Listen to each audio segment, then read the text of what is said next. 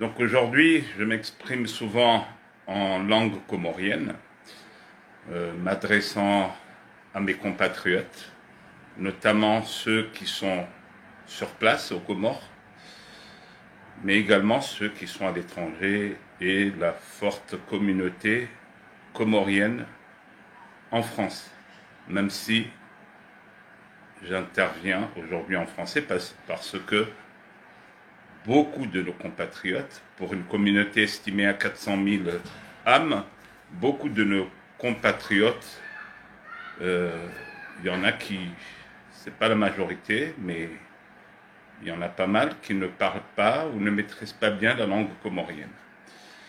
Donc aujourd'hui, je m'adresse à la jeunesse comorienne.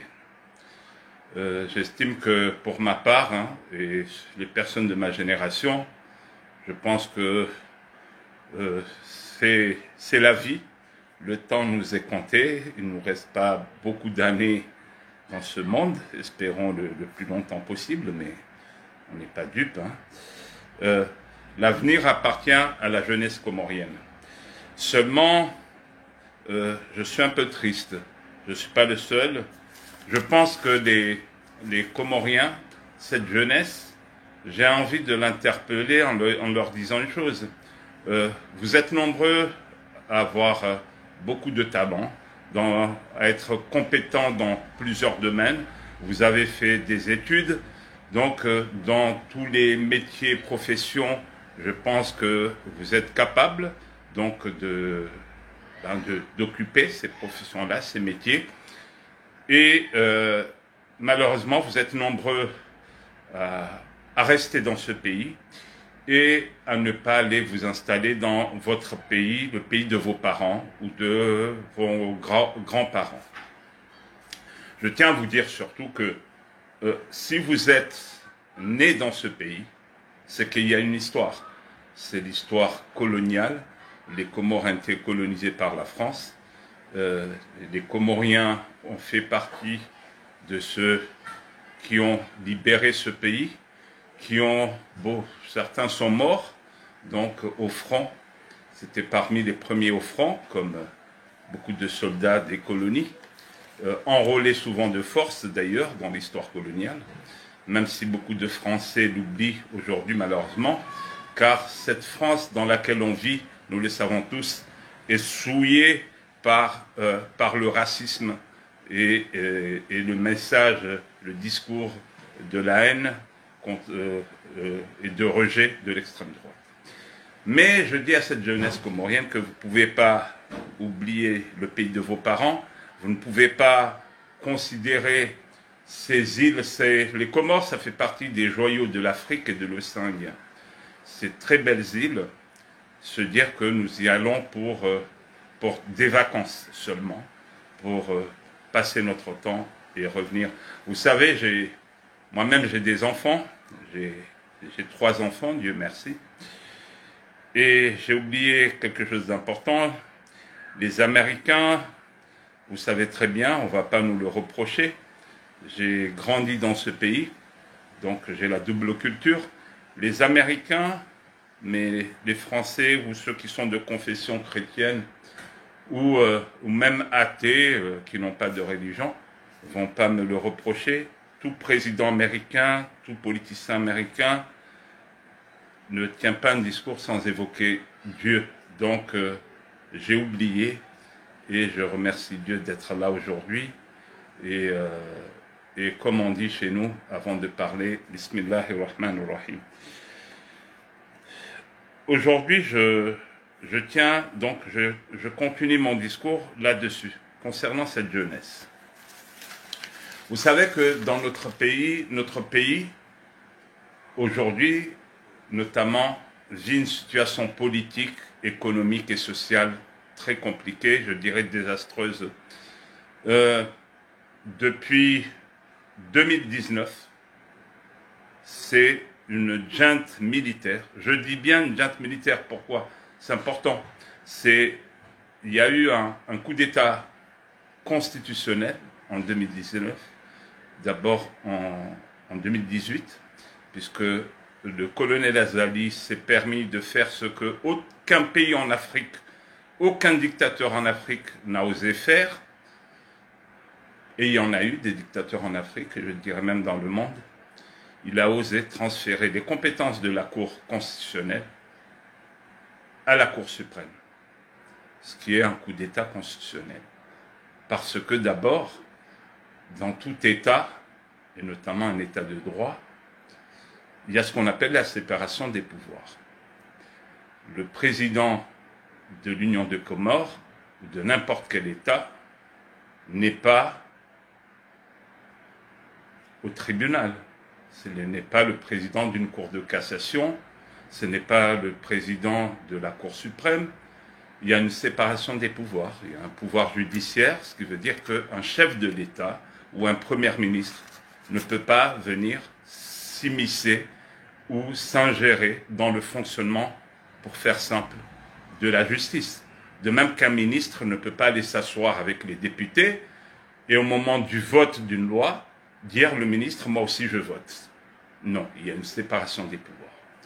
Donc Azali a fait ce que ailleurs, dans un autre État, je vous donne un exemple, nous vivons en France, imaginez un instant, Emmanuel Macron allait dire aux membres du Conseil constitutionnel en France, eh bien vous n'existez plus, ou je prends les compétences, je les mets au Conseil d'État, je transfère au pouvoir Conseil d'État. Il ne serait plus chef d'État, il serait démis de ses fonctions. Aux États-Unis, il y a des chefs d'État qui ont été démis, des présidents élus de leurs fonctions, par ce qu'on appelle, par la Constitution américaine, la procédure d'impeachment, où ils ont été tout simplement, par faute grave, ou ce qu'on appelle une haute trahison, ou ce que je viens de dire, une violation de la Constitution, on est démis de ses fonctions. D'ailleurs, ne soyez pas étonnés si on vient m'insulter. Ça s'est passé il y a une semaine. J'ai parlé en langue comorienne. J'ai critiqué, j'ai bien dit, j'ai critiqué un des avocats les plus connus aux Comores. Quelqu'un que j'ai soutenu. J'ai fait partie de son comité de soutien. Je suis allé faire la campagne aux Comores en 2016. Et je connais un peu les méthodes. Ces méthodes. Donc, il a envoyé, et là je lui parle, et je connais les gens de son entourage, certains.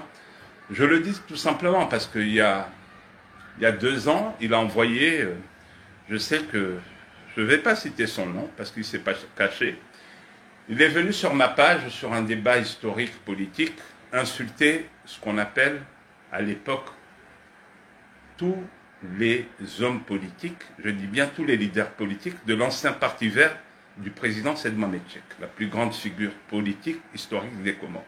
Je vous dis bien, il les a insultés, traités de tous les noms. Et cette personne-là, c'est un proche de Maître Fahmi Seydi Ibrahim. Il les a insultés. Là, il y a une semaine, on a insulté ma famille. Ce que je vais leur dire, je suis quelqu'un qui ne sera pas atteint par cela. J'étais préparé. Donc, mais je leur dis une chose. Et je dis que ces bulldogs, il faut qu'ils les tiennent en laisse. Et ces rats, il faut qu'ils aillent dans les égouts. Ils n'ont pas leur place ici. Ici, on parle de politique. Et si le prince, puisqu'il est issu du sultanat Fahmi Seydi Ibrahim, donc je le connais bien, s'il ne supporte pas les critiques, surtout quand il se dit que je suis en difficulté, je ne vais pas oser aller l'affronter, il envoie ses bulldogs. Mais là, ce qui a été insulté, c'est ma famille. Mais je pense que personne, surtout quand vous avez des membres de votre famille qui sont, j'espère, auprès de Dieu, au paradis, paix à leurs âmes, on ne laisse pas faire. Je viens leur dire une chose. Tout simplement, on ne choisit pas sa famille. Mais je suis fier d'avoir, je ne l'ai pas connu, mais je suis fier d'avoir comme grand-père Said Mohamed Cheikh. Je suis fier d'être le fils de l'ancien député le député le plus élu, je dis bien le plus élu démocratiquement aux Comores, le député le plus aimé dans sa région, au point que l'ancien Premier ministre d'origine anjouanaise, Seyd Ali Mohamed, est venu en 1987, il y a les vidéos qui sont là, les cassettes, dans une réunion de l'opposition contre le parti unique d'Ahmed Abdallah, à l'époque de mercenaires. Lorsqu'il a vu la mobilisation qu'il y a eu dans la région de Mitsameuli, devant Seyd Ali Kemal, devant Nasser Dine, Abbas Youssouf, devant tous ces leaders, Ali Mroudiaé, Seyd Ali Mohamed, il a dit, ils peuvent voler, ils peuvent frauder les élections partout, sauf dans la région de Mitsameuli. Je pense qu'ici, il est impossible de frauder, tellement c'est Atoumane, c'est Mitsameuli, c'est un seul homme. Ils sont tous, pratiquement tous, par cette mobilisation, je suis impressionné. Je suis passé partout en Grande Comore. Nous avons fait la campagne en juin, je n'ai pas vu une foule aussi nombreuse. Et il a eu raison. À la fin des élections, le préfet a déclaré, malgré des fraudes massives, et il avait comme adversaire le docteur Mtara Maïcha, mais ce n'était pas lui le candidat, il n'a pas osé se présenter. Ce sont deux anciens ministres d'Ahmed Abdallah, il avait comme adversaire Alina Soro, il n'a pas osé se présenter, ils ont envoyé un jeune, qui est un peu de la famille, M. Sagaf. Ils ont tellement volé que le préfet, malgré ça, a déclaré Seyd Atoumane gagnant avec 60%. Le président Ahmed Abdallah, en présence d'un témoin qui est membre de la famille, qui était à la présidence, de cette personne-là qui est décédée, paix à son âme, qui est venue raconter, le président a pris son téléphone, il a appelé le préfet. Il a dit, je sais que Seyd Atoumane a gagné, vous avez déclaré déjà les résultats. Si vous voulez rester là, préfet, demain matin, vous inversez les résultats et vous faites en sorte qu'il y ait un deuxième tour.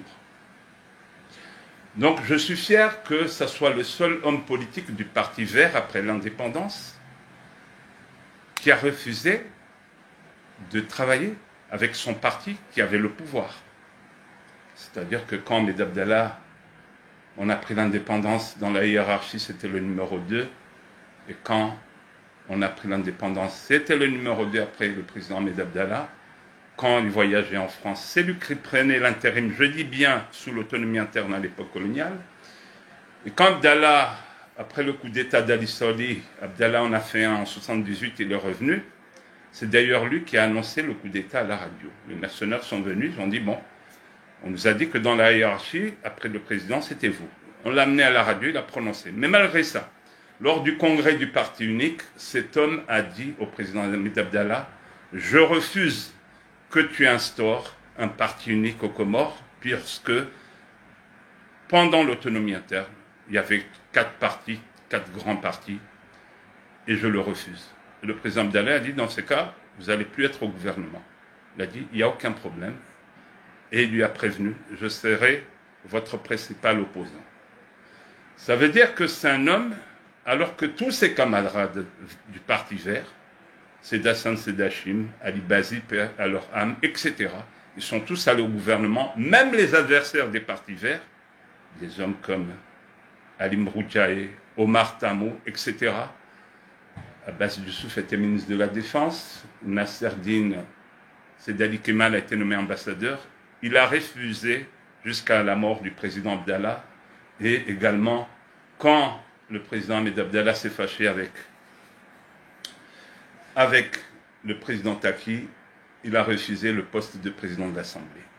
Donc je suis fier, et ceux qui ont voulu insulter, je suis fier d'appartenir à cette famille, de gens qui ont des convictions, et surtout d'un homme qui a été intègre, jamais accusé de corruption.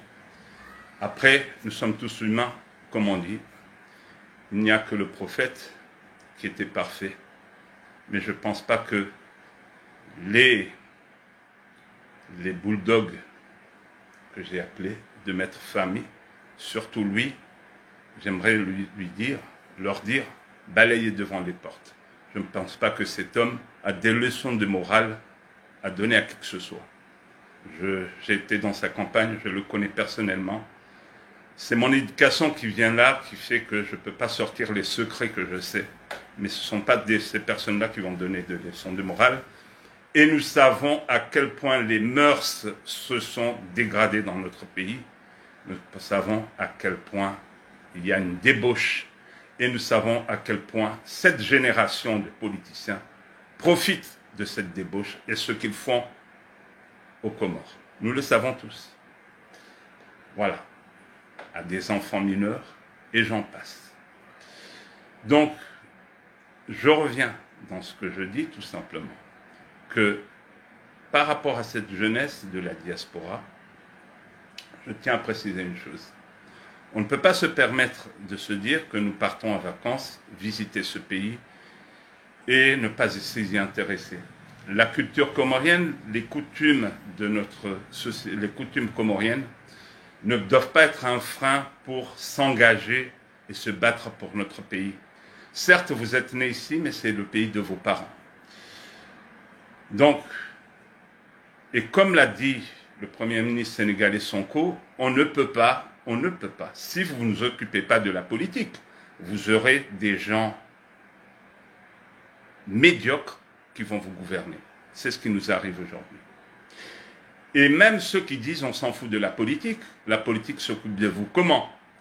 Je dis à cette jeunesse de la diaspora, est-ce que vous êtes au courant que les transferts d'argent de la diaspora, depuis longtemps, les Comores font partie peut-être des 3 pays qui envoient le plus d'argent dans la diaspora comorienne dans leur pays, en Afrique, parmi les 3 pays. Est-ce que vous savez que ça augmente chaque année, que ça dépasse largement le budget de l'État comorien? Donc, dans cet argent qui est envoyé, est-ce que vous savez que cet argent, il y a une partie qui va dans les caisses de l'État? Quand vous dédouanez quelque chose, quand les Comoriens qui sont en France vos parents envoient de l'argent à leur famille là-bas, quand ils vont à la douane, ils dédouanent, cet argent va à la poste, à l'État. Ça va dans les caisses de la douane, dans les caisses de l'État. Quand ils utilisent de l'essence, il y a des taxes. Quand ils vont au magasin, dans un supermarché, ils achètent, il y a des taxes. Bref, cet argent va dans l'État. Quand ils vont se soigner à l'hôpital, ils payent. Ça va à l'État. Donc, est-ce que la diaspora comorienne, cette jeunesse, est-ce que vous êtes conscient que cet argent envoyé par vos parents ou par vous-même pour aider votre famille va dans les caisses de l'État? C'est ça que je vous pose, je vous l'affirme, oui. Est-ce que vous acceptez les bras croisés que cet argent soit détourné parce que moi j'appelle les voyous de la République? Ce n'est pas un mot que moi j'ai inventé, c'est connu. Bon, est-ce que vous êtes d'accord que cela? Est-ce que vous êtes d'accord que quand vous rentrez, vous allez en vacances aux Comores, vous n'avez ni eau ni électricité? Vous vous en contentez. Vous restez 1 mois. Je sais qu'il y en a qui ne supportent même pas de rester plus d'1 mois ou 2 semaines à cause de cela. Vous l'acceptez. Donc, à partir de là, je dis juste une chose aux Comoriens et à cette diaspora comorienne, à cette jeunesse. Le malheur de notre société, des hommes l'ont dit bien avant, des grandes figures de la politique comorienne. C'est Mohamed Cheikh nous a dit, et le prince Seydi Ibrahim, je cite les deux, de faire attention avec le Handa. Même dans sa ville natale à Mitsamuli, ils ont fait une chanson sur ça, que nous sommes d'accord avec les idées du président. Pour lui, il a dit, faites attention. Mon cher père, paix à son âme, m'a dit qu'il avait appelé les jeunes de Mitsamuli, et donc il faisait partie, il leur a dit, allez à la mosquée, allez faire une réunion, défiez les notables et dites-leur que depuis aujourd'hui, nous n'allons plus faire le grand mariage comme vous, comme les aînés. C'est la première réforme du grand mariage. Donc, c'est Mohamed Cheikh, dans cette chanson chantée à Mitsamuli, elle disait que notre Handa, le grand mariage, nous, c'est jusqu'à fabriquer des voitures. C'est ça. Mais je dirais que c'est légitime. Pour tout peuple, c'est cela. On n'est pas envoyé sur terre pour... Dieu ne nous a pas envoyés sur terre pour accomplir un grand mariage Si, il faut se marier, la religion nous l'impose, musulmane, mais pas se ruiner pour cela, parce que c'est ça qui se passe actuellement, depuis quelque temps. C'est de cela que, est-ce que vous savez que, par exemple, l'autre grande figure de la politique comorienne, le prince Ibrahim, avait refusé de faire le grand mariage. Il estimait que c'est du gaspillage. Ali Swalihi, c'est la même chose, il a critiqué cela, ils nous ont prévenus. Donc, nous savons très bien que, et je parle à cette diaspora, à cette jeunesse comorienne, que vous ne pouvez pas être enfermé dans quelque chose qui fait qu'aujourd'hui, et surtout demain, nous n'aurons pas un pays. Il faut savoir une chose, voyez-vous, Haïti, c'est le premier peuple libre noir. Vous regardez un peu Haïti, ce qui se passe actuellement, il n'y a plus d'État. Il n'y a plus d'État. Ce sont des bandes armées qui ont pris l'État, qui ont pris, oui, le pays, et qui se font la guerre, et qui violent, et qui volent, etc. C'est une anarchie. Donc il n'y a plus d'État à Haïti. Pour vous dire qu'un pays, oui, ne peut, à un moment, ne peut sombrer au point qu'il n'y ait plus d'État, ou sinon, il est en faillite, et là, c'est les Nations Unies qui vont gérer cet État, pour vous dire. Donc, si nous ne prenons pas conscience de cela, je dis à cette jeunesse comorienne, si vous faites comme vos arrière-grands-parents, vos grands-parents, c'est simple, je vous dis une chose, vous vivez dans ce pays en France, regardez comment fonctionne la communauté asiatique. Les Chinois, ils ont acheté tous les cafés à Paris, mais pas qu'à Paris. Vous venez dans le sud, là où je suis, j'en vois. Comment font-ils? Ce sont des cotisations. C'est 10 personnes qui se réunissent et qui créent une affaire. Aux Comores, nous, la diaspora, nous sommes capables d'aller dans un grand mariage ici, enfin, un mariage, je n'appelle pas ça un grand mariage, parce que pour faire un grand mariage, ça ne se fait qu'au bled, au pays. Mais malgré ça, vous avez les Wukumbi, ces cérémonies qui réunissent les femmes, et maintenant même des hommes, ici en France le font, qui vont aller dépenser sur une soirée, donner à la mariée, au marié, 100 €, 50 €, voire plus.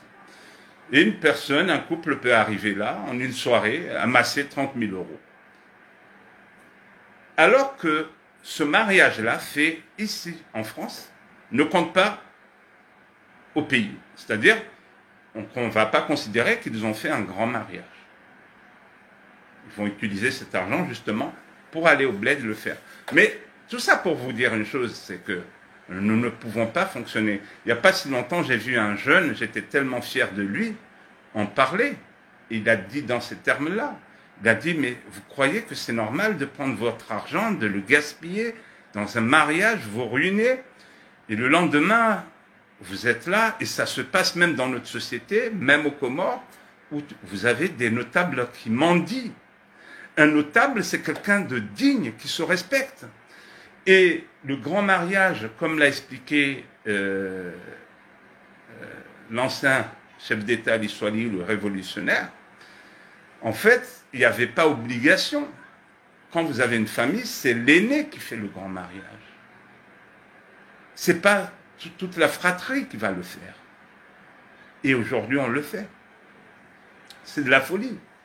Parce que même ceux qui dépensent moins, moi je fais partie de ce qu'on appelle les Darouesh, qui est une confrérie chez nous. Mais je regrette que dans cela, nos mamans ne disent jamais que, en fait, nous on dépense moins, mais surtout, nous ont jamais expliqué que même eux sont rentrés dans ces choses-là, que quand l'aîné l'a fait, les autres ne sont pas obligés de le faire. Donc, nous sommes la seule société, je pense, dans ce monde, qui pense avoir comme projet que nous sommes venus sur Terre pour accomplir le grand mariage. Et pour les non-comoriens qui m'écoutent, je vous explique. Ça, c'est important pour ce qu'on appelle en sociologie la stratification sociale. C'est-à-dire que vous faites le grand mariage, vous changez de statut, vous devenez notable et votre voix compte dans votre ville ou village par rapport à celui qui ne l'a pas fait. En tout cas, et vous avez également une influence dans la société, mais également sur le plan politique. Vous pèsez énormément. À tel point qu'un ancien président, le président Ahmed Abdallah, paix à son âme, avait dit à son ministre de Mitsamiouli, le docteur Mtara Maïcha, il a dit, ça serait bien, puisque je sais que tout le monde détourne de l'argent, allez faire le grand mariage, et au lieu, voilà, comme ça, je vais être tranquille. On dira que tous mes ministres sont notables. Pour vous dire l'importance de ce grand mariage, ça entraîne beaucoup de choses au sein de l'État. Ça veut dire que c'est un clientélisme. Tu es notable, même si ton enfant n'a pas eu ses diplômes, mais tu peux aller dire au chef de l'État, je veux qu'il soit nommé à tel poste. Voilà, parce que tu es un notable influent dans ton village et que tu peux entraîner les électeurs à voter demain pour le président ou son candidat. Mais je dis que c'est quelque chose de très grave. C'est ce qui fait que la société n'évolue pas. C'est ce qui fait que les Comoriens s'apaisent également, n'osent pas s'exprimer, que ce soit sur le plan politique comme il faut, sur le plan social, en tout cas la jeunesse. Mais ils ne doivent pas écouter cela, ils doivent se réveiller. C'est ce qui fait que nous sommes, et ça c'est important, puisque un notable quand il parle, on ne doit pas lui répondre. Si tu n'es pas un notable, tu dois faire attention. C'est lui qui prend la parole en premier dans les places publiques. Donc, ce qui veut dire que ces gens, ces personnes-là, en fait, cette façon, cette organisation sociale, elle bloque, elle freine l'émancipation de la jeunesse et ceux qui n'ont pas fait le grand mariage, mais elle bloque le processus démocratique également. Mais comme dans ce pays, ça n'empêche pas qu'il y ait des élections, heureusement, il y a beaucoup de gens instruits. Je dis à ces jeunes qui ont des diplômes, qui ont été formés en France, certains sont nés en France, le fait que vous soyez instruits, vous ne pouvez pas fonctionner, et excusez-moi du terme, mais ça arrive. On n'a pas tous les mêmes niveaux. On peut avoir un parent ou des parents qui n'ont pas fait d'études, mais toi qui as fait des études, qui est diplômé, tu ne peux pas te comporter comme ton père ou ta maman qui n'a pas fait d'études. Tu dois justement lui montrer la voie. C'est à toi de lui montrer que voilà, pour que les choses évoluent. Aux Comores, par exemple, voilà, il faut changer les choses. On ne doit pas fonctionner de cette façon-là. Aujourd'hui, si j'ai de l'argent, je peux l'investir, créer une entreprise, au lieu de prendre cette économie et d'un seul coup, le gaspiller dans un mariage. Qui n'est pas d'ailleurs, et je le dis, le grand mariage, je le dis aux Comoriens, le grand mariage n'est pas synonyme de bonheur. Il y a beaucoup de divorces. Il y a beaucoup. C'est pas synonyme de bonheur, ni que vous allez... C'est là, voilà. Moi-même, je l'ai fait avec la maman de mes enfants. Mais je crois 2 ans après, j'ai divorcé. Comme ça arrive dans beaucoup de cas. Donc, ça ne veut pas dire que c'est le bonheur, c'est pas la garantie. Je pense que, d'ailleurs, nous sommes des musulmans, que ce soit dans n'importe quelle société, c'est pas ça qui garantit l'amour, on le sait très bien. C'est ni le matériel, ni ce que je viens de vous dire, le fait d'être notable, ou d'être une femme qui a fait le grand mariage, et donc qui a un statut qui n'est plus le même qu'avant. C'est pas ça qui garantit le bonheur. Et ce qu'on regrette d'ailleurs, beaucoup de gens en France, de la diaspora, il y en a, et heureusement, beaucoup aussi,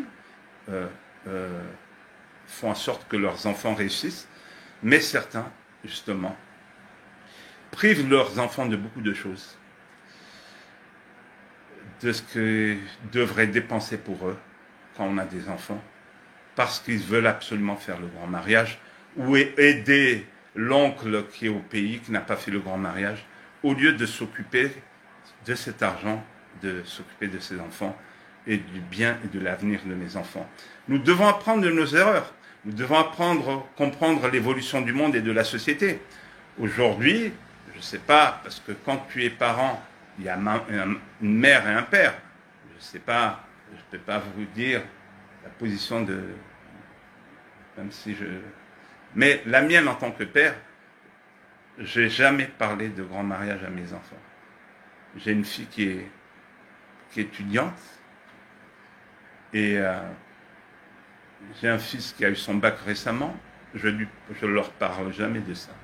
Et j'ai une fille qui est en seconde, la dernière, je leur parle jamais de ça.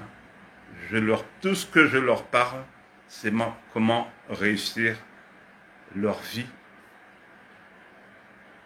tout simplement, demain. C'est ça le plus important, qu'ils puissent se débrouiller et qu'ils apprennent ce que c'est la vie. Et je leur explique que, voilà, que la meilleure garantie, c'est ça. C'est sa réussite, parce que un mari, il peut être là aujourd'hui, il peut ne pas être là demain. Mais si tu es en mesure de faire ta vie, tu peux réussir. Donc, moi, ce que je veux dire à cette jeunesse comorienne, ne soyez pas dans cette embourbé dans ce désastre. Ne soyez pas, vous devez changer. Je veux dire qu'aujourd'hui, ça fait des décennies, la communauté comorienne, la diaspora, fonctionne ainsi, et je peux vous dire que ça bloque beaucoup de choses dans notre pays. Je ne suis pas étonné qu'on reproche à toutes les personnes engagées politiquement de la diaspora, instruits. Certains sont là, comme Nourdine Baye et d'autres. On nous reproche souvent une chose. Vous êtes en France, c'est la diaspora, c'est trop facile de critiquer de l'extérieur, il faut venir manifester sur le pays. Pour vous dire que cette société, et c'est la faute de la diaspora, est tellement assistée que vous avez vu le mouvement Mabédia qui est allé, soi-disant pour des jeunes venus d'ici, on les a prévenus pour aller, soi-disant, mener la lutte, manifester à la place des Comoriens qui sont sur place. Comme si dans ce pays, les Comores, la diaspora ne faisait pas assez. Mais si dans ce pays, il n'y a pas une guerre civile comme dans d'autres en Afrique, d'autres pays, c'est parce que nous sommes dans les premiers pays en Afrique où la solidarité, elle n'a pas de limite. Je sais qu'un Comorien est capable de ne pas manger, mais d'aider la personne proche, là-bas, aux Comores. L'argent qui est envoyé, je l'ai dit, est largement au-dessus du budget de l'État. Donc, malgré ça, on reproche aux Comoriens, nous, et mes camarades et mes sœurs qui sont engagés, on leur reproche ou on leur dit, taisez-vous. Taisez-vous face à la corruption, au détournement de fonds, aux violations des droits de l'homme, aux opposants tués, emprisonnés, aux Comoriens qui n'arrivent pas à manger un repas tous les jours, qui ne peuvent pas se soigner parce que ça coûte cher, il faut payer, qui ne peuvent pas éduquer leurs enfants parce qu'il faut payer. On nous dit de nous taire, mais on vit dans quel monde, franchement? Donc, on nous dit qu'il faut venir manifester comme les jeunes de Mabédia sur place, comme si aux Comores, c'était une terre vide où il n'y avait plus de citoyens. Tous les Comoriens, tout le peuple comorien se trouvait à l'extérieur. Ben non, vous êtes plus nombreux à l'intérieur que nous qui sommes à l'extérieur. Mais je vous dis que vous devrez remercier Dieu et remercier les Comoriens qui sont à l'extérieur. Et je vous dis qu'ils doivent être parmi les 3 peuples qui envoient le plus d'argent, 3 communautés à l'extérieur, africaines, qui envoient le plus d'argent chez eux par solidarité. Sans cet argent, et je le dis toujours, l'assistanat économique existe financière, mais il n'existe pas d'assistanat politique. Il n'y a que chez les Comoriens qu'on entend cela. Je n'ai jamais entendu ailleurs une assistanat politique. Là où je suis, à Bordeaux, un jour, quand il y a eu des... Je discutais avec les Sénégalais. Je les ai trouvés en train de manifester, j'ai échangé avec eux. Au moment où Sonko était emprisonné, etc. Peu de temps après, je les ai retrouvés. J'ai dit, mais vous avez gagné. Mais au fond, que s'est-il passé exactement? Elle dit, on s'est battu. Nous sommes un peuple qui est éveillé. Il y a eu une 50aine de morts. Ils sont morts au pays. Pour vous dire, ils étaient en France en train de manifester. Et je le dis souvent, un journaliste libanais l'avait dit un jour, je l'avais lu, on ne libère pas un peuple, mais il se libère. L'assistanat politique n'existe pas. Mais je dis que aujourd'hui, c'est important de le préciser. Aujourd'hui, puisque je sais que certainement nous sommes écoutés, il y a les services de renseignement généraux, surtout quand on sait que votre famille a occupé des fonctions à l'époque coloniale, etc. J'ai pas peur, il y a les raisons France-Afrique. Je vais parler de cette relation. Aujourd'hui, on reproche énormément aux Comoriens, et le débat est là souvent, d'envahir Mayotte. Je parle aux Mahorais également. Cette haine créée par le colonialisme. Je tiens à dire une chose. Je tiens à dire aux Mahorais ce qu'on ne leur dit pas. Comprenez bien, en dehors de cette décolonisation inachevée de la France, ce qui se passe, ce n'est pas la faute des Comoriens, de ceux qui viennent à Mayotte, soit pour se soigner, soit à cause de la misère qu'il y a dans les autres îles. Mais dans tout ça, il y a quand même, la France a une part de responsabilité. Vous devriez le savoir. La France, et ce n'est pas qu'aux Comores, soutient des dictatures. La France a fait, et vous connaissez Mayotte, les Mahorais, vous avez entendu déjà parler de Bob Denard, ce sont des mercenaires français. C'est l'Horizon France-Afrique, c'était Focard, qui sont venus déstabiliser politiquement les Comores. C'est la France.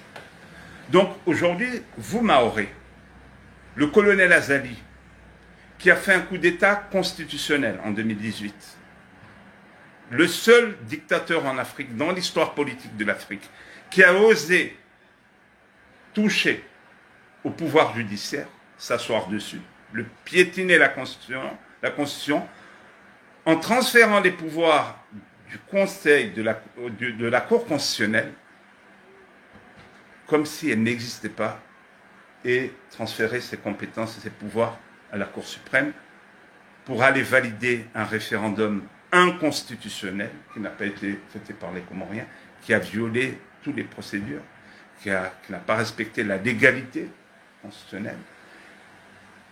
Il a fait cela avec l'aide de son armée, avec l'aide d'une commission nationale électorale indépendante, mais qui n'a rien d'indépendant, mais dépendant. C'est lui qui a nommé ce qu'il voulait.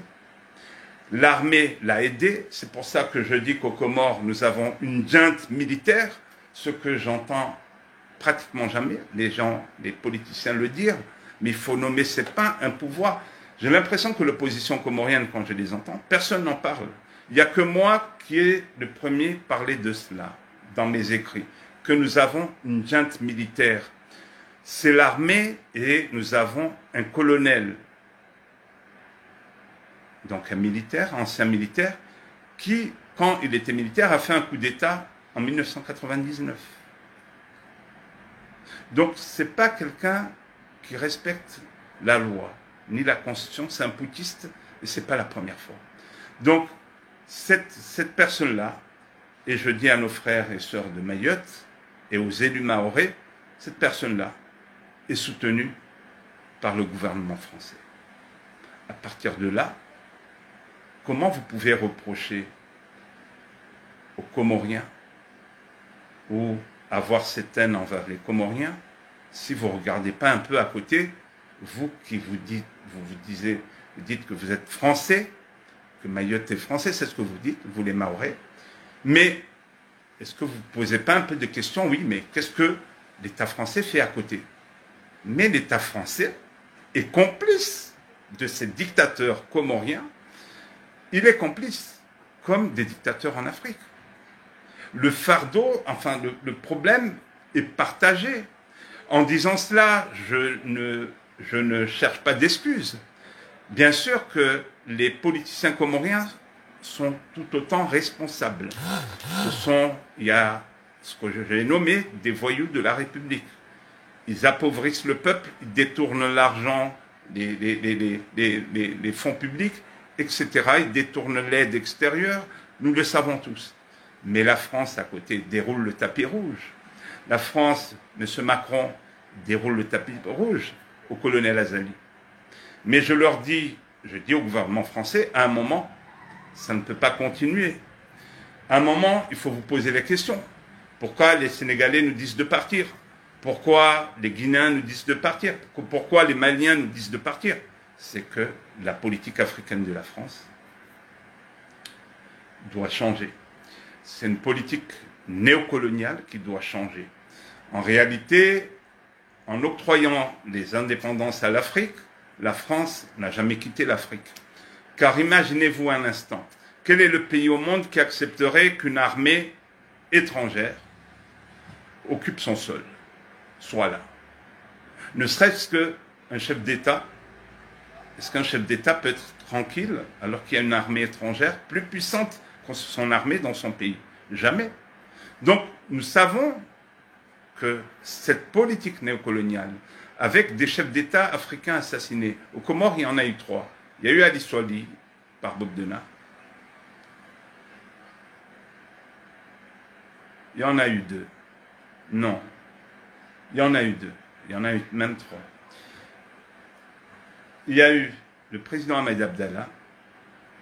Il y a eu Taki pour d'autres raisons, mais je pense que c'est aussi, on n'a pas tous les éléments, le réseau France-Afrique qui est mêlé.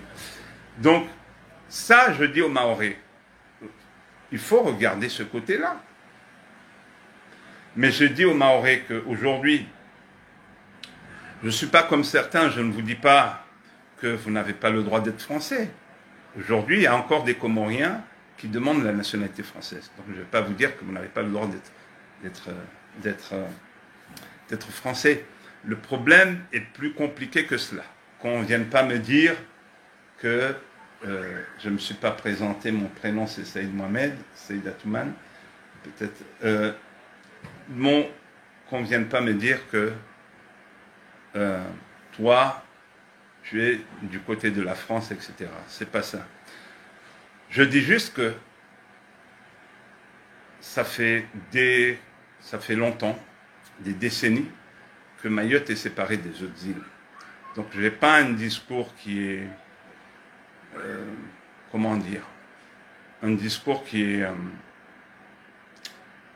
va-t-en-guerre, absolument pas. Je ne suis pas là-dedans, ni un nationalisme excessif, d'accord, qui dépasse, voilà. Non, je suis pragmatique et je vois la réalité des choses. Je me dis que dans la situation actuelle des Comores, les Comores ont été dirigés après les indépendances par des gouvernements incompétents, souvent, avec la corruption et tout ce que nous savons, un peuple appauvri par ses gouvernants, des gens incompétents. Donc je comprends bien les Mahorais. Si je ne vais pas leur dire venez avec nous. Non, le peuple comorien, et je le dis, croyez-moi, le peuple comorien n'est pas mature. Mais ça, c'est pas moi qui le dis. Je pense que Seydi Mohamed Cheikh avait raison lorsqu'il l'a dit à l'approche de l'indépendance, en expliquant ce que c'est l'indépendance, en disant la maturité politique d'un peuple consiste la maturité politique des peuples consiste en leur capacité à reconnaître leurs propres intérêts.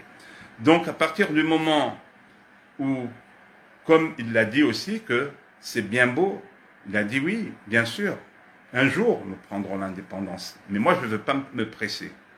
Pourquoi? Il a dit j'observe ce qui se passe avec mes voisins en Afrique, les voisins, et je vois que ces pays-là, peu de temps après l'indépendance, sont en train de s'entretuer. À partir de là, et d'autres sont plongés dans la misère, etc. Il a dit, moi, je ne veux pas une indépendance pour que mon peuple se retrouve dans la misère et soit asservi. Et nous le voyons. Quel peuple, quel pays indépendant? En Afrique, il y en a combien vraiment? C'est maintenant que certains essayent, en devenant des pays émergents, avec des dirigeants conscients des enjeux. Mais pendant très longtemps, ce n'était pas le cas. Pour vous dire, on a vu lorsque Bob Denard a fait son coup d'État, et si je fais une erreur, vous me rappelez les choses, a renversé le président Seydi Mohamed Jawar, paix à son âme. Je crois, c'était en 1995. Qu'est-ce qui s'est-il passé? C'est l'armée française qui a débarqué pour le faire partir. Lorsque l'armée française a débarqué, ils ont pris le président Jawar, l'ont mis dans un avion. C'est ce que l'ancien président Taki a dit en comorien, Wambeha Bouroubois. Il voulait dire l'envoyer, je crois, à l'île Bourbon, etc. Bref, et là, le président Taki, en disant cette phrase, en fait, voulait dire, vous voyez, c'est comme à l'époque coloniale. Voilà, on a pris un sultan, on l'a envoyé à Madagascar, le sultan Sédali, ou je ne sais quoi, ou d'autres d'ailleurs, on les envoyait, ça se faisait comme ça à l'époque coloniale. Donc, et pourtant, les Comores, c'est soi-disant en étant indépendants. Rendez-vous compte, une armée arrive, étrangère, l'armée française, prend le président Jawar et l'envoie à la Réunion. Et la chance que j'ai, c'est que, oui, j'ai eu cette chance que je suis né dans une famille avec des acteurs, des gens qui ont l'histoire, je ne l'ai pas appris dans les bouquins, mais aussi par des acteurs politiques. Il se trouve que, pour le retour de Jawar, il se trouve que mon regretté père, paix à son âme, était son ancien ministre d'État des Affaires étrangères pendant 1 an. Et ce qui lui a coûté sa place, c'est d'avoir accepté un voyage en Iran. Ça n'a pas plu à la France. Et autre chose, d'avoir demandé à ce que l'ambassadeur de France soit rappelé parce qu'il avait refusé un visa à un ministre du gouvernement, paix à son âme, M. Ali Mohamed Bakar, ministre de la fonction publique. Donc, ça l'a convoqué l'ambassadeur. Donc, voilà, mais ça, c'est quelque chose. Mais, malgré que Jawar l'a renvoyé du gouvernement, enfin, l'a limogé, lui a proposé un poste à la présidence en tant que conseiller, il a refusé. Il a dit, je suis un élu de la région de Mitsamélige, je préfère rester à l'Assemblée. Rassure-toi, je ne vais pas, je vais être un opposant constructif. Si les choses vont bien, je le dirai, je voterai la loi. Si ce n'est pas bon pour les intérêts du pays, je dirai non. Mais c'est lui qui est allé le défendre à Madagascar. Il y a eu une conférence parce qu'on ne voulait pas que le président Jawar revienne.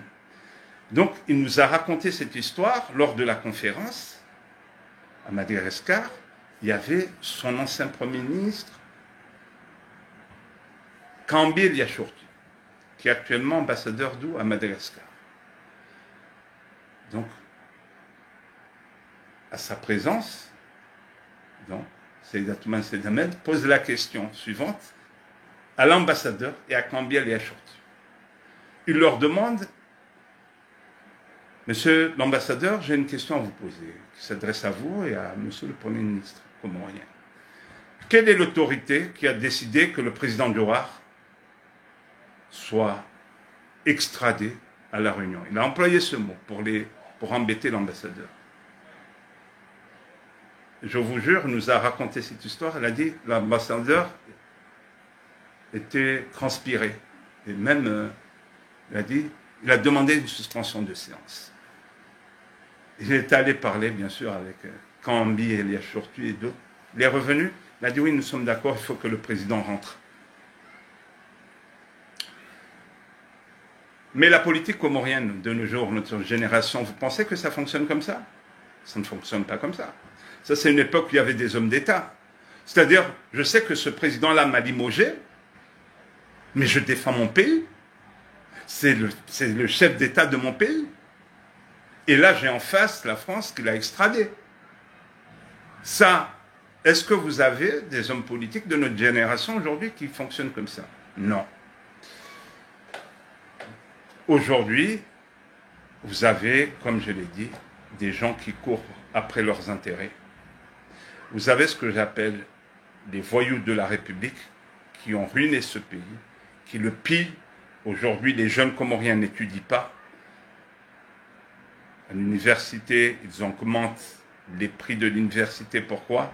Parce que quand vous videz les caisses de l'État, si vous n'allez pas tendre la main à l'Arabie Saoudite pour vous donner quelques milliards, pour combler l'argent que vous volez, où vous allez chercher l'argent? En augmentant les taxes de la douane, en augmentant les frais, le carburant par exemple. C'est là où vous allez chercher l'argent. Comme je vous l'ai dit, en augmentant les tarifs pour l'inscription. Voilà où nous en sommes. Donc, je dis à la jeunesse comorienne de la diaspora que, et aux Comoriens d'ailleurs de la diaspora, que, à un moment, il faut que, puisque nous vivons en France, puisque les Comoriens voyagent partout, prenons exemple sur les pays qui réussissent, et nous en connaissons, les pays émergents, le Sénégal et d'autres, le Ghana et d'autres, les pays développés où certains de nos enfants sont nés, nous y avons grandi, d'autres sont là depuis des décennies, mais apprenons quelque chose de cela. C'est très important. Je reviens là-dessus. Je vous dis que dans les années 60, quand l'ancien président Sedma Metchek a demandé aux jeunes de Mitsamuri de réformer, de refuser, d'aller dire aux notables que nous voulons réformer le Handa, nous ne ferons plus le Handa comme vous l'avez fait. Ça, c'est une histoire racontée par mon regretté père, paix à son âme, qui m'a raconté cette histoire. Ils sont allés à la mosquée, ils ont dit aux notables: plus jamais on fera le Handa comme vous. Et en réalité, ils ne le savaient pas, les grands notables. C'est Sedma Metchek qui les avait convoqués, qui a appelé la génération donc, de mon père à la présidence et qui leur a dit: voilà, la semaine prochaine, vous irez à la mosquée, vous allez leur dire que vous n'allez plus faire le Handa comme nous. On va baisser les dépenses. Eh bien, à l'époque, comme je l'ai dit, la chanson ici, nous sommes d'accord avec les idées du président. Dans cette chanson, très belle chanson, ils vont jusqu'à dire que nous allons construire, notre Handa, c'est de construire des automobiles, de produire des voitures. Mais un pays, c'est ça. C'est le développement économique. Or, nous voyons ce qui se fait. En fait, la folie du Handar, ce qui est regrettable, ce qui est un drame, ça ne vient pas des Comoriens qui sont sur place. Ce sont des Comoriens qui sont en France, qui amènent l'argent, l'euro, et qui viennent faire des trucs de folie. Mais je me dirais qu'il y a une responsabilité partagée, puisque ceux qui sont là-bas acceptent cela, acceptent que le Handar soit travesti, que nos coutumes soient travesties, au point qu'aujourd'hui, cette société, il n'y a plus rien. Il n'y a plus ni coutume, ni morale, ni rien. C'est une société qui est en faillite. Parce que, je le répète, un notable, à l'époque de Seyed Mohamed Cheikh, de Prince Seyed Ibrahim, même à l'époque du président Ahmed Abdallah après l'indépendance, on m'a raconté cette histoire. Ahmed Abdallah le président Ahmed Abdallah a envoyé son chauffeur aller chercher le grand notable de Moroni, Ali Wabana, paix à son âme. Donc, je crois qu'il l'a envoyé à 15h ou 14h. Et il dit à sa fille, mais qui est là? Il a dit, mais c'est le chauffeur du président Ahmed Abdallah. Et il veut quoi? Elle a dit, attendez, je le fais rentrer. Et sa fille, il dit, c'est le président Ahmed Abdallah qui m'envoie. Il m'a dit de venir te chercher. Je vais te parler. Et il regarde le chauffeur devant sa fille. Il dit, ah bon? Et le président Ahmed Abdallah croit que je suis qui, moi? Il croit qu'il peut venir me déranger comme ça? Il doit venir d'abord me prévenir, que je lui dise à quel moment je serai disponible et quel jour pour que qu'on puisse se rencontrer. Donc, elle va dire au président Ahmed Abdallah, d'accord, que je ne suis pas son ministre ou je ne sais qui. Je suis le grand notable de Moroni, donc je m'en fous. Voilà, il doit faire les choses en respectant mon rang. Mais vous croyez que ça existe aujourd'hui? Mais les notables, c'était ça. Les notables, quand le prince Seyed Ibrahim, il y avait un conflit avec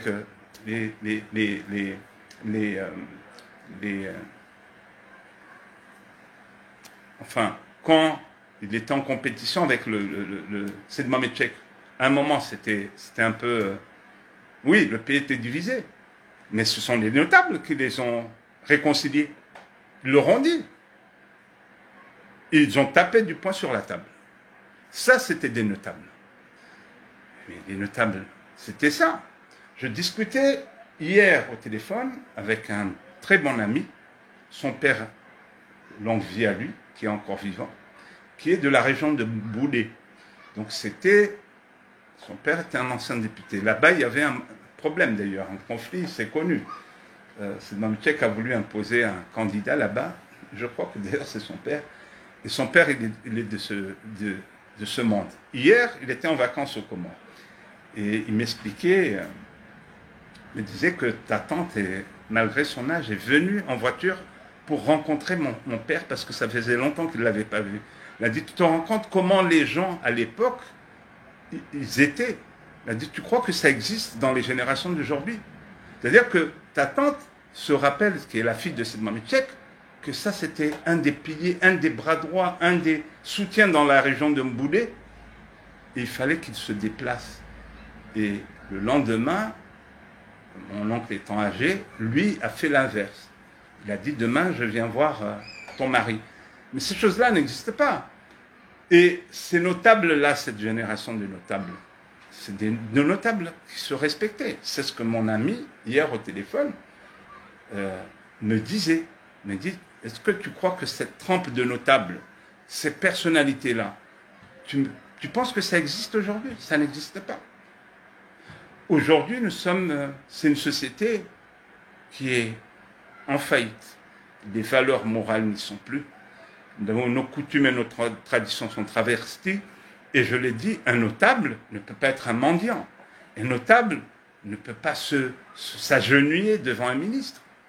Un notable, c'est une personne qui est digne, qui est fière, qui a une indépendance d'esprit, c'est une voix qui résonne dans la société. C'est eux quand les choses vont mal. Est-ce que vous les entendez aujourd'hui? Ben non, vous ne les entendez pas. Et pourquoi? À quelques exceptions près? Non. Moi, j'entends un homme avec respect, mais ils sont combien? Comme le religieux, le Fundi, et je m'excuse si je me trompe le nom, mais je crois que c'est ça, c'est Mohamed Harouna. Ça, c'est des voix qui portent. Mais il y en a combien? Donc, moi, ce que je regrette, et je le dis, c'est que cette société, vraiment, eh ben, elle est en perdition. Et si nous ne faisons rien, et je le dis, si nous ne faisons rien, eh ben, je vous ai donné l'exemple de Haïti. J'espère qu'on n'arrivera jamais à là. J'aime beaucoup mon pays. Mais pour vous dire qu'un État, Haïti a plus d'État, c'est des bandes armées. Donc, premier peuple noir indépendant. Pour vous dire que la responsabilité des hommes, quand je dis des hommes, de nous tous, c'est une façon de... C'est le français qui veut qu'on parle comme ça.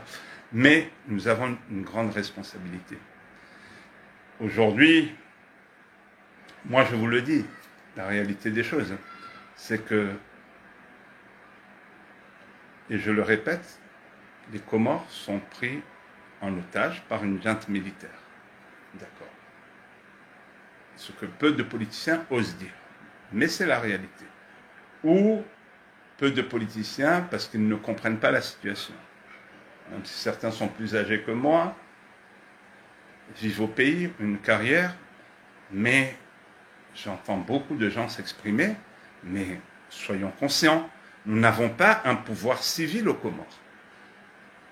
Il y a eu un coup d'État constitutionnel, électoral, avec l'appui de l'armée, avec un ancien militaire, ancien colonel, à la tête de l'armée. Donc, vous le savez très bien. Sans parler des scandales qu'il y a, vrai ou faux, mais qui s'avèrent. L'État, ça devient quoi? C'est un État mafieux. Donc, vous avez beaucoup d'opposants qui sont à l'extérieur, qui ne peuvent pas rentrer. C'est pour ça que j'ai interpellé là tout à l'heure les autorités françaises. Vous ne pouvez pas aujourd'hui dire, et ça, il faut qu'on le comprenne bien, nous ne sommes pas une génération où nous allons avoir peur de dire les choses. Pourquoi? Parce que nous n'avons pas connu la colonisation, d'abord. Donc, nous disons à la France qu'on ne peut pas, vous ne pouvez pas, dans ces discours politiques, voilà, qui souillent la France, discours racistes, hein, où on entend des gens dire, oui, il y a trop d'immigration, il y a trop d'immigrés, il y a ceci, il y a cela, vos pays. Non, vous avez une responsabilité. Une responsabilité que j'ai expliquée ici. La France doit assumer son passé colonial et ce qu'elle a fait après. La France doit regarder son voisin britannique. Pourquoi le Ghana, la Tanzanie, le Kenya et d'autres, l'Afrique du Sud, se portent bien? La France doit se poser les questions, est-ce que la Grande-Bretagne avait un réseau comme l'avait le réseau France-Afrique avec Foccart, qui faisait des coups d'État en Afrique, assassinats, etc., etc. Je suis comorien, je sais que 3 chefs d'État sont décédés, 2 assassinés, 1 dans des circonstances, on dit empoisonné, Mohamed Taqi Abdel Karim, etc. Donc nous savons, est-ce que les Britanniques avaient une armée là? Vous allez au Ghana ou vous allez au Kenya, il y a une armée britannique? Non. Mais on sait très bien, vous allez dans d'autres pays, l'Afrique francophone, vous avez des armées. Aujourd'hui, à la France, on leur dit, voilà, c'est plus tenable. C'est normal, parce que la première fois qu'il y a eu une armée étrangère en France, ils ont fait la guerre. Ce sont les Allemands. Quel est le peuple qui accepterait que dans son pays, il y ait une armée étrangère. Ça veut dire que, comme je l'ai dit, que pour un pays comme la France, elle n'a jamais quitté l'Afrique, puisqu'elle a maintenu son armée. Je vous dirais même qu'elle a maintenu longtemps des hauts fonctionnaires dans certains pays, comme Madagascar, nos voisins, au point que pendant très longtemps, jusqu'à la fin des années 60, début des années 70, les Malgaches, certains politiciens, dénonçaient cela, en disant « nous ne sommes pas indépendants, l'armée française est là, et il y a des hauts fonctionnaires français ». Donc à partir de là, il n'y a pas d'indépendance.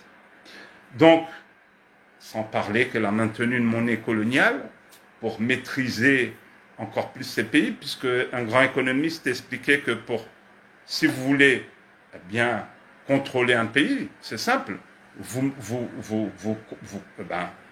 contrôlez sa monnaie.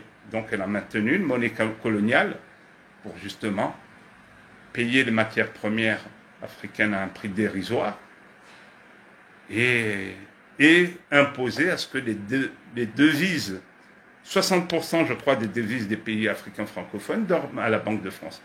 Donc nous sommes dans une situation comme celle-ci. Sur le cas de Mayotte, j'ai expliqué les raisons, que les Mahorais, ça ne sert à rien d'avoir cette haine envers les Comoriens. Regardez ce que la France fait aux Comores depuis. Les Comoriens ont leur part de responsabilité. Les politiques comoriens, les politiciens ont leur part et les gouvernants ont leur part de responsabilité. Mais la France n'est pas exempte. Elle n'est pas, on ne peut pas dire qu'elle n'a pas une part de responsabilité. Donc, il y a eu des coups d'État, et aujourd'hui, nous le savons très bien que Macron est complice de la dictature aux Comores. Donc, à partir de là, et nous disons que c'est pas ce qu'il faut. Les Africains sont en train, la France perd du terrain en Afrique, tout simplement parce que les Africains en ont marre et que nous avons changé d'époque. Les Africains ne tuent plus, vont dans tous les pays du monde. Donc, ça fait changer les mentalités. Donc, à partir de là, aujourd'hui, le Sénégal dit à la France, votre armée, elle dégage. Elle dégage. Donc, les Sénégalais disent, aujourd'hui, nous allons renégocier les contrats par rapport au pétrole ou d'autres. Ils vont renégocier. C'est pour vous dire que la France perd du terrain parce que aussi le monde fait que les puissances arrivent en Afrique depuis un certain temps. Il y a la Chine, il y a l'Inde, les Russes arrivent, etc. Les Américains sont là. Aujourd'hui, nous disons à la France, vous devez traiter les pays africains, vos anciennes colonies, changer de politique parce que vous ne pouvez pas vous plaindre qu'il y ait une immigration clandestine en Europe alors que vous êtes complice de cette immigration clandestine. Tant que vous allez soutenir des dirigeants comme aux Comores, des dictateurs, des gouvernants incompétents, des gens qui pillent leur pays, qui créent la misère, eh bien, vous allez assumer les conséquences et vous n'avez pas à vous plaindre. C'est aux Africains de se plaindre.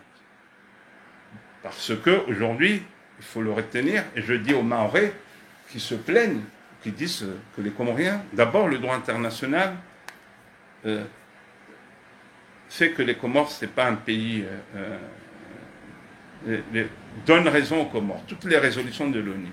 Les Comores ont été admis aux Nations Unies avec Mayotte, avec un pays composé de 4 îles, dont Mayotte. Notamment parce que la France a violé le principe d'intangibilité des frontières héritées de la colonisation. À partir de là, donc, les Mahorais, vous devez comprendre cela, que les choses, que c'est pas qu'il y a une décolonisation inachevée, que ce qui se passe à Mayotte, c'est les conséquences d'une décolonisation ratée de la France et d'une grande injustice qu'elle a créée. Donc, les Mahorais, vous pouvez vous plaindre, mais il faut que vous sachiez une chose. La France a colonisé les Comores pendant plus de 150 ans. Vous avez pensé que la France n'a pas une dette envers les Comores? Bien sûr qu'elle a une dette. Et si les Comoriens viennent à Mayotte, la France est en train de payer cette dette-là. Parce que s'ils viennent à Mayotte, ce n'est pas l'argent des Mahorais. Nous sommes d'accord. C'est les subventions de l'État français. Mayotte ne produit rien. Donc ça, c'est une dette que la France a envers Mayotte. Mais encore une fois, les Mahorais comprenaient bien. La France crée une instabilité politique. La France se réjouit qu'il y ait des gouvernements corrompus aux Comores et qu'il y ait une misère. Parce qu'elle n'est pas aux côtés du peuple, elle n'est pas aux côtés des Comoriens, de nous, qui nous battons pour un état de droit. Elle n'est pas aux côtés des intellectuels comoriens qui veulent changer les choses, des gens compétents qui peuvent apporter. La France est aux côtés des médiocres, des gens incompétents, des gens qui savent très bien qu'ils détruisent leur pays, mais ça les arrange. Ils veulent des gens malléables. Or, ça, c'est une politique périmée. Nous le voyons en Afrique. Donc, il est temps, et j'espère que le président Macron et ceux qui vont venir vont commencer à comprendre. Je pense que dans les sommets franco-africains etc., il n'y a pas si longtemps, il y a quelques années, 3 ou 4 ans, Macron a voulu faire une conférence avec les jeunes Africains, où il y avait des écrivains. Mais ils lui ont tout dit. Mais j'ai l'impression que le président Macron n'a pas encore retenu la leçon. J'espère que ceux qui viendront après lui vont retenir cette leçon où il va, et j'espère qu'il va se ressaisir. Je le dis. En disant cela, je suis comme d'autres Comoriens, un pays. Je suis quelqu'un, en disant cela, qu'on ne peut pas dire anti-français. Non, j'aime la France, j'aime ce pays, j'ai grandi dans ce pays, je suis venu dans ce pays enfant, gosse, adolescent, à l'âge de 13 ans. Donc, j'aime beaucoup ce pays. J'aime beaucoup. Je suis imprégné de la culture française. J'ai été au collège, au lycée, à l'université en France. Je suis diplômé d'université française. Mon père, c'est la même chose. A été imprégné de cette culture-là, paix à son âme. Il a été formé en France, etc. Donc, aux fonctionnaires français, etc. Donc, je suis imprégné de cette culture. Je ne peux pas être un anti-français. J'aime beaucoup ce pays et ses valeurs. Mais même si je suis conscient que, et je le fais d'ailleurs, et je me bats là-dessus, j'aime tellement ce pays que je me bats, y compris pour ce qui est de la politique française, parce que cette France est souillée, comme je l'ai dit, par le racisme, malheureusement. Ce n'est plus à l'époque où j'ai grandi, où j'ai connu cette France-là. Et je me bats pour que ce pays ne se déchire pas ou ne connaisse pas une guerre civile, parce que c'est ce qui pourrait arriver si l'extrême droite prenait le pouvoir en France. Le président Macron lui-même l'a dit, que si l'extrême droite arrive, il y aurait une guerre civile, et je suis d'accord avec lui. Donc je me bats, je consacre du temps sur les réseaux, sur les médias français, parce que les citoyens s'expriment, et je vais là-bas me battre également, parce que j'aime ce pays. J'aimerais pas que ce pays soit pris en main par des gens qui vont le diviser et l'affaiblir. Donc nous aimons ce pays qu'est la France. Mais ce que je dis que les gouvernants français, ce n'est pas le peuple français. Les gouvernants français se sont trompés depuis longtemps en Afrique. On menait une politique et on connaît les conséquences aujourd'hui, qui est désastreuse. Et il est temps que cette politique change. Donc, nous espérons que la France, à un moment, va se ressaisir. La France va comprendre qu'en Afrique, il y a un vent de démocratie qui a soufflé, et ce vent ne va pas s'arrêter. Il peut être affaibli, il peut être ralenti, mais croyez-moi, ce vent ne va pas s'arrêter. Les dictatures, une à un moment, vont tomber, et y compris aux Comores, ce jour-là arrivera parce que, je le dis toujours, il n'y a aucun pouvoir, tout pouvoir a une fin. Et en tant que croyant, dans les religions monothéistes, on le sait très bien, il n'y a pas plus puissant que Dieu. L'autorité, il n'y a pas une autorité incontestable que celle de Dieu. Donc, même si le colonel Azali pense que son autorité est incontestable, mais il le sera toujours, son autorité, même s'il emprisonne, même s'il tue, il le sera toujours. Et nous demandons à la France également, et là c'est très important, nous savons que le président Sambi est emprisonné de 1, parce que cet homme-là a étudié en Iran. Je pense que, malheureusement, ça fait parmi les raisons qui font qu'il est emprisonné. De 2, c'est le pétrole et le gaz. Je pense que, aussi, la France pense que c'est bien qu'un homme comme Sambi, un ancien président, soit comme ça séquestré par les autorités comoriennes, et il y a aussi un gouverneur d'Île d'Anjouan et d'autres opposants, pour ses intérêts. Mais nous pensons que ce n'est pas vrai. Je crois que le président Sambi n'a jamais menacé les intérêts français. D'ailleurs, ses enfants sont en France. Ils ont été formés en France. Il a une fille avocate, etc. Mais, à un moment, vous ne pouvez pas vous dire qu'en Afrique, vous allez avoir que des valets, comme à l'époque coloniale ou de l'esclavage. Que vous soyez les maîtres et d'autres des moutons ou des valets qui vous obéissent. Non, c'est des relations entre États. Si les Comores ont du pétrole et du gaz, eh bien, ce n'est pas une raison pour vous dire que le président Sambi, mais il faut qu'il soit là où il est, parce que s'il vient, oui, peut-être, non seulement on aura le pétrole, les Comores vont se développer, ou bien tout simplement parce que peut-être nous n'aurons pas ce que nous voulons, nous voudrions avoir. Voilà. Si peut-être le colonel Azali va nous donner, lui, 80% des richesses des Comores, mais l'autre, il va nous en donner que 40%. C'est pas suffisant.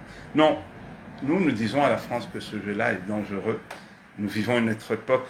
Les Africains veulent tourner cette page et sont déterminés à tourner cette page néocoloniale qui fait que la France a maintenu des armées, la France a maintenu une monnaie coloniale pour, comme je l'ai dit, quand vous avez une monnaie, vous voulez contrôler un pays, ça c'est un économiste français qui l'a dit, un grand économiste, vous contrôlez sa monnaie. Donc, elle ne peut pas maintenir les Africains dans cet état-là. Comme je dis, c'est des générations d'Africains, nous n'avons pas connu la colonisation, nous n'avons pas de complexe, nous n'avons pas peur que nos vies soient prises par des puissances parce que nous défendons les intérêts de nos pays. Non, cette peur-là, les Africains ne l'ont plus, nous ne l'avons plus, nous continuerons à parler et à dire ce qui ne va pas. Surtout, en ce qui me concerne, j'ai été élevé par des hommes qui ont joué un grand rôle. Je sais que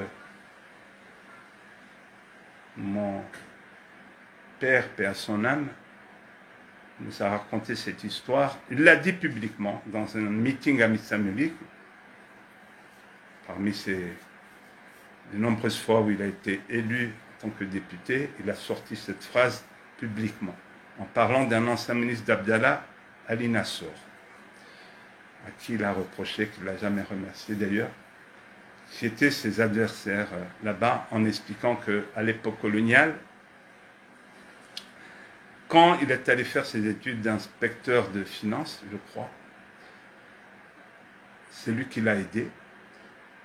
Il l'a dit dans son meeting, devant tout le monde.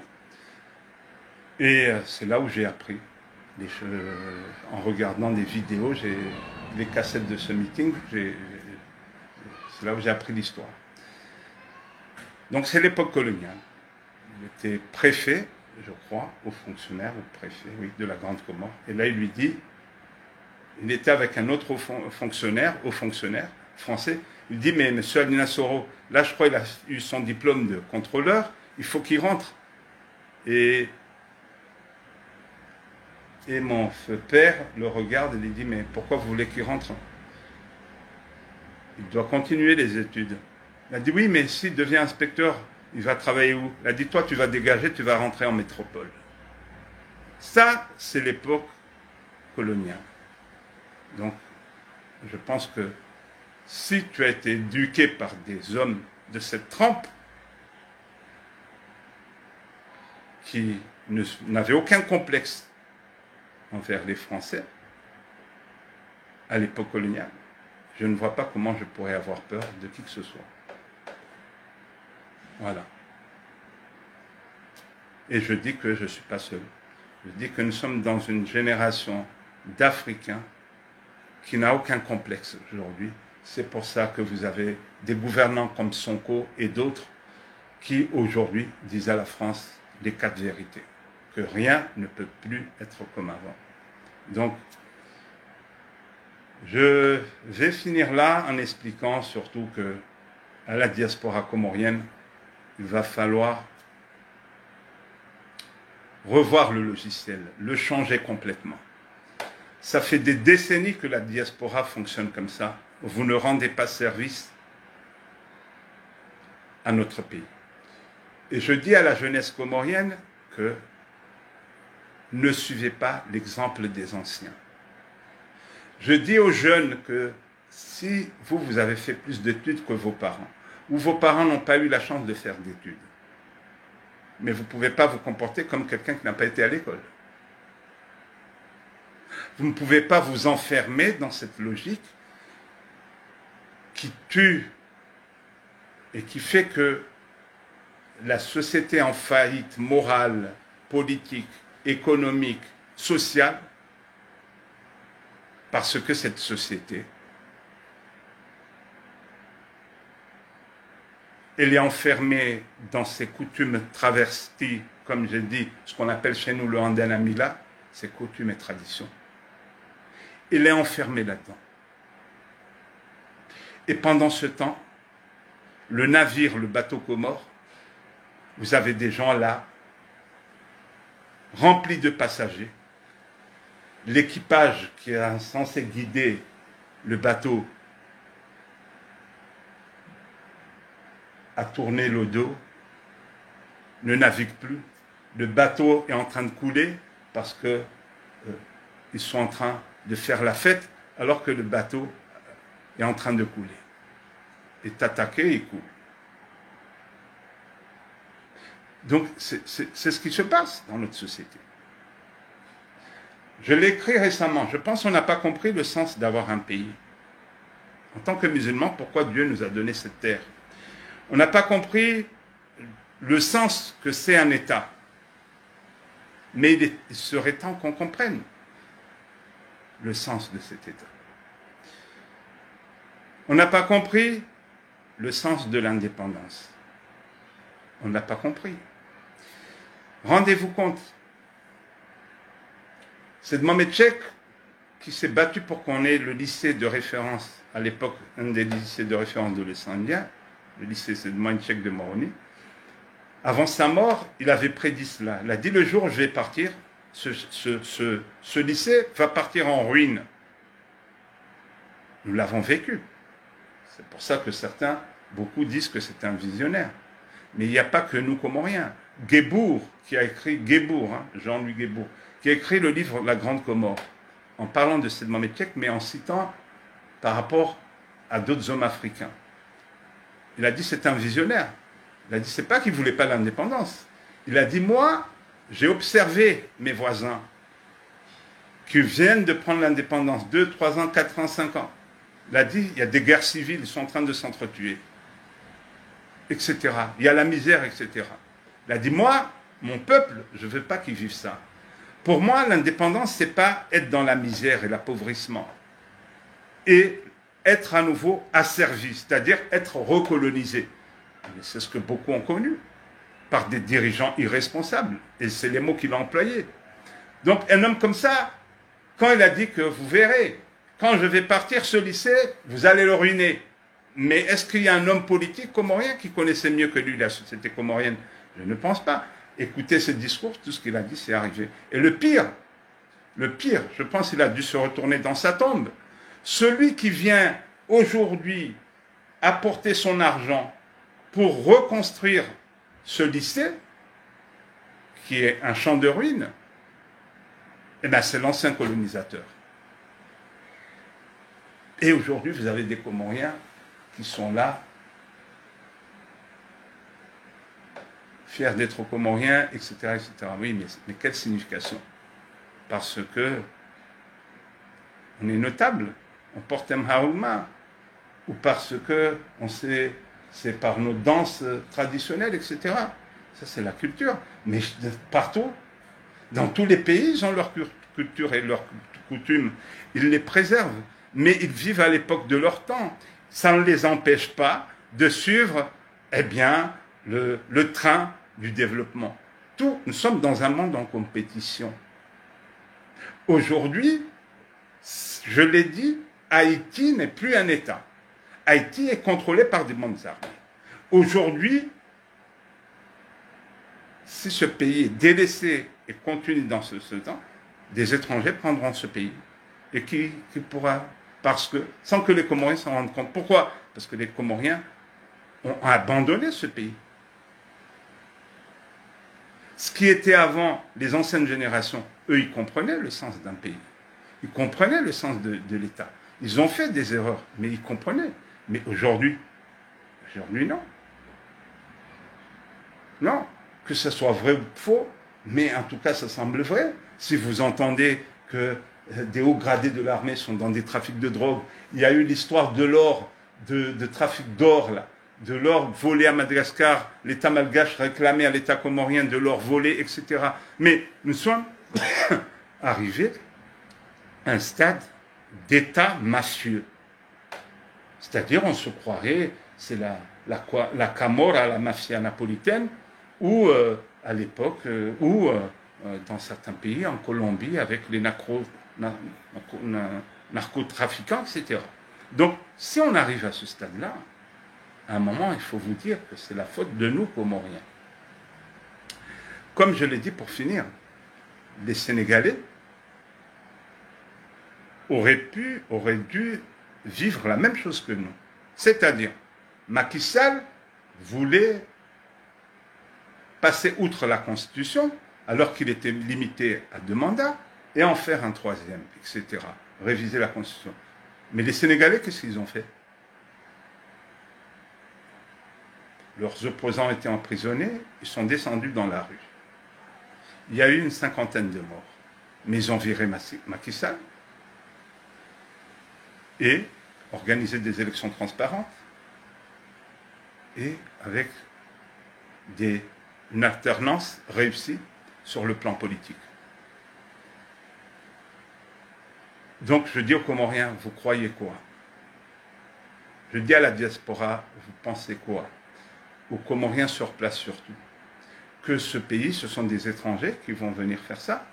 Je dis aux Comoriens sur place que ça n'existe nulle part, et je termine là-dessus. Et c'est quelque chose de stupide que je n'ai jamais entendu ailleurs, en suivant l'actualité dans le monde. De penser que des Comoriens de la diaspora vont venir en masse, en avion, pour manifester à votre place. Ça n'existe pas. L'assistanat économique, financière, elle existe aux Comores depuis l'indépendance, jusqu'à maintenant. C'est le pays le plus assisté par sa diaspora, certainement en Afrique. Mais vous n'allez pas demander un assistanat politique, ça n'existe pas. À un moment, les Comoriens, il faut vous dire, il faut vous bouger. Il faut vous bouger. Soit vous acceptez que vous êtes des esclaves, de la famille Azali et de Msaïdié, de ses camarades, soit vous vous réveillez. Mais ça ne peut pas durer.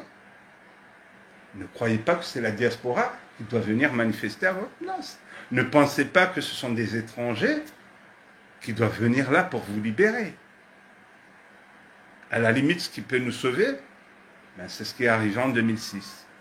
Mais en 2006, des gens ont manifesté, se sont battus. Pour que Azali ne reste pas là, et la communauté internationale, là, s'est bougée.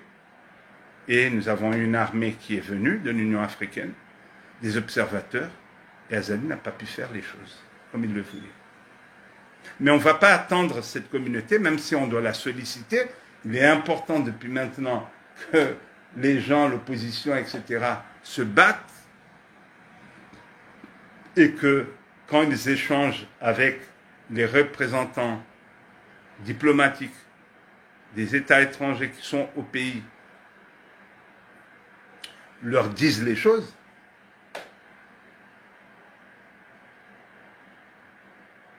mais sinon,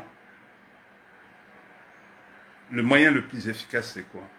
C'est ce que ont fait les Sénégalais.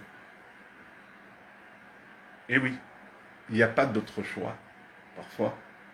Comme j'ai dit, comme l'a dit un journaliste libanais, on ne libère pas un peuple, mais il se libère. Ce que nous disons aujourd'hui, moi je l'ai dit, hein, nous le disons, là j'ai parlé en français parce que, souvent je parle en comorien, pour cette jeunesse comorienne de la diaspora, qui va m'entendre. Ici, il n'y a pas de problème de connexion, ni des problèmes d'électricité, mais même aux Comores, je sais qu'on m'écoute. Donc, surtout ces jeunes-là, je les interpellés aujourd'hui, assez longuement, pour qu'ils prennent conscience que on ne peut pas penser que ce pays va exister dans ces conditions-là.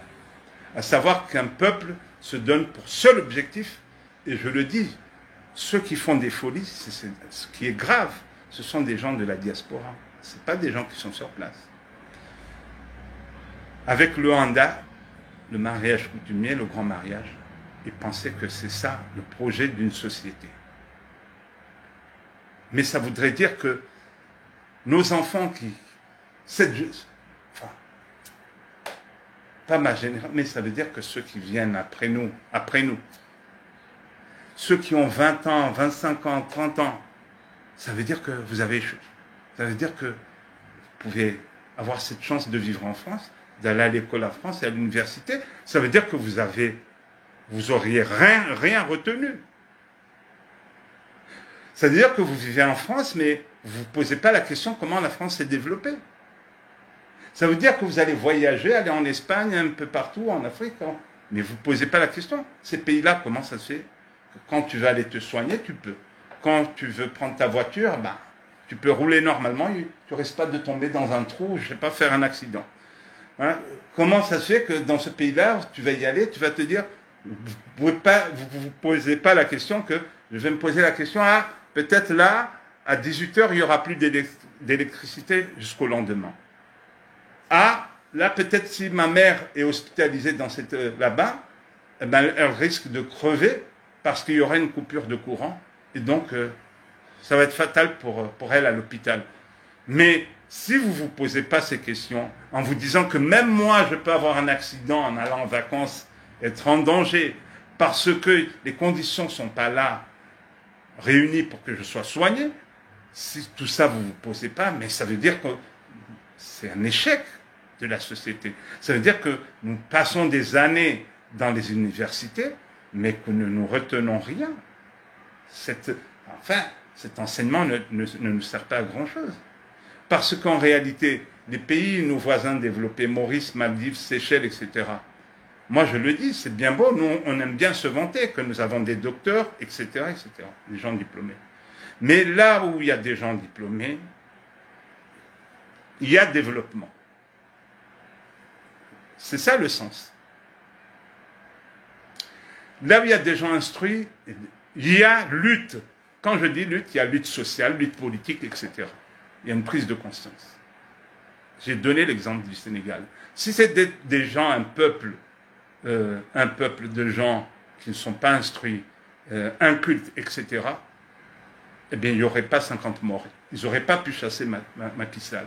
Mais s'ils sont arrivés à ce stade, c'est qu'il y a une société civile importante, il y a des gens instruits, il y a des gens qui se battent, et la stupidité, c'est d'entendre des gens, même instruits, qui vont dire aux Comoriens, ben, ça ne sert à rien.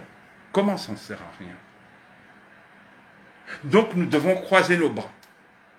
Donc nous devons entendre des discours idiots, des mensonges. Donc nous devons laisser toute cette débauche, toute cette société pervertie, des choses vraiment, tout cela et se taire. Eh bien non, même la religion nous oblige. Je veux dire que Dieu nous oblige, la religion nous oblige à dénoncer les injustices. La religion oblige le musulman à faire des rappels à son frère ou à sa sœur, s'il voit que le chemin qu'il prend n'est pas celui-là. Donc comment des gens, vous avez fait des années d'université, vous vivez dans des pays, vous allez vous voyager, etc., vous venez dire, mais vous perdez votre temps. Ça, je l'ai entendu combien de fois? Je ne perds pas mon temps. Je ne dis pas que ce que je dis, 100 personnes vont le retenir. Mais si 5 et 10, c'est déjà un pas. Ces 10-là vont en parler à d'autres. Et si je ne suis pas seul, mais d'autres le font également, c'est comme ça qu'une société bouge. Parce que là où vous vivez dans le confort, en France, là où je suis et ailleurs, où on peut se soigner, etc., est-ce que les choses se sont faites comme ça? Avec des gens qui disent « Oh, on n'y peut rien ». Mais ils ont coupé la tête du monarque, du roi ici. Si j'ai une carte de sécurité sociale, je vais me faire soigner. Mais ça, c'était avec des luttes. Si je peux avoir des congés payés, c'est des luttes. Il y a eu des sacrifices. Donc nous sommes la seule société, parce qu'il y a un homme qui est là avec des armes, soi-disant un militaire. Mais n'avez jamais vous entendu une dictature chuter? Mais je peux vous en citer combien? Hosni Moubarak, Kampaoré, etc., etc. Il est où le fils d'Omar Bongo? Donc, vous avez des gens qui sont là, ça ne sert à rien. Mais ça, je l'ai entendu combien de fois? Donc, il faut se taire. Mais dans quelle société vous avez déjà vu ça? Ou parce qu'il y a des gens, des putschistes, qui ont pris le pouvoir par la force, qui font ce qu'ils veulent, et que les gens doivent se taire.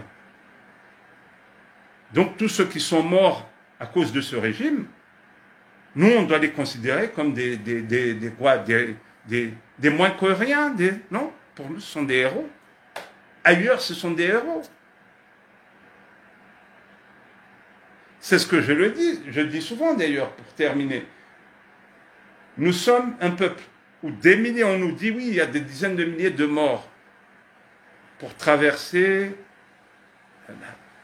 d'Anjouan pour aller à Mayotte. C'est vrai, paix à leurs âmes. Mais ces morts-là, est-ce que vous croyez ailleurs, ça se passe comment? Ces morts-là, ils meurent en manifestant, en faisant chuter un régime. C'est comme ça que ça se passe. En Égypte, au Sénégal, ailleurs, ces gens-là n'amènent pas leurs enfants dans un kwassa ou une pirogue en disant « je vais là, mais je ne vais pas atteindre là mon objectif. Ma destination, je risque de mourir avec mes enfants, il y a des chances, 50-60% de chances que je crève, mais je vais quand même tenter d'y aller. » Mais ailleurs, ils ne raisonnent pas comme ça. Ailleurs, ils disent « là-bas, Mayotte, où il y a un hôpital, etc., je peux l'obtenir là où je suis. Mais pour l'obtenir, je dois me battre. » Et ça, est-ce que le Comorien le comprend? Non. Est-ce que le Comorien en parle de cela? Non.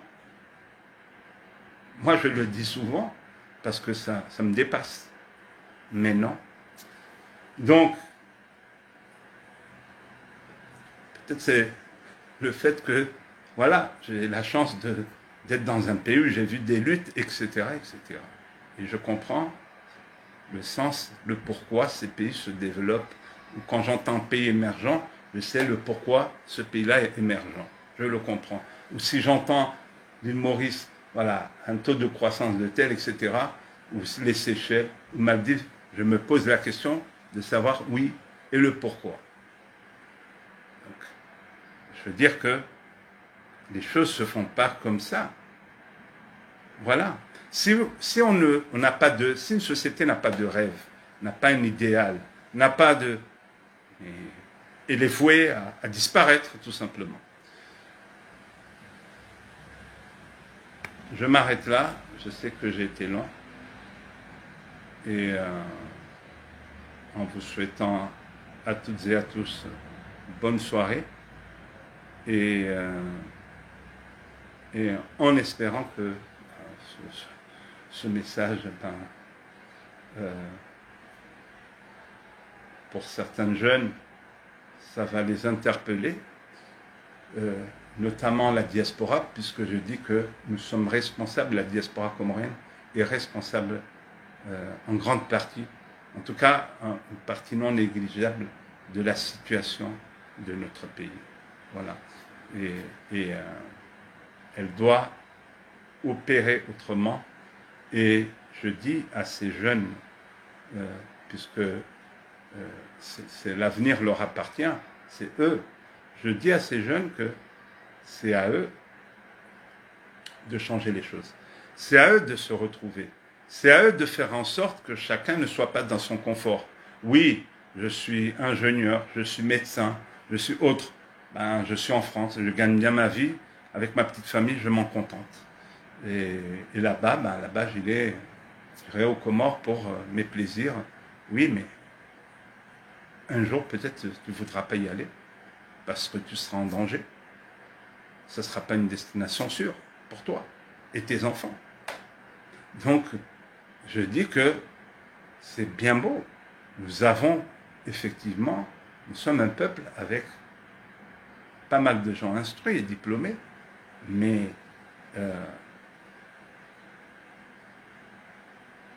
qui ne se rencontrent pas, je pense, et qui n'agissent pas ensemble. Il y a chacun dans son coin. En tout cas, si des choses se font, mais ce n'est pas suffisant, au vu des possibilités que nous avons. Voilà, je m'arrêterai là. Bonne soirée, portez-vous bien.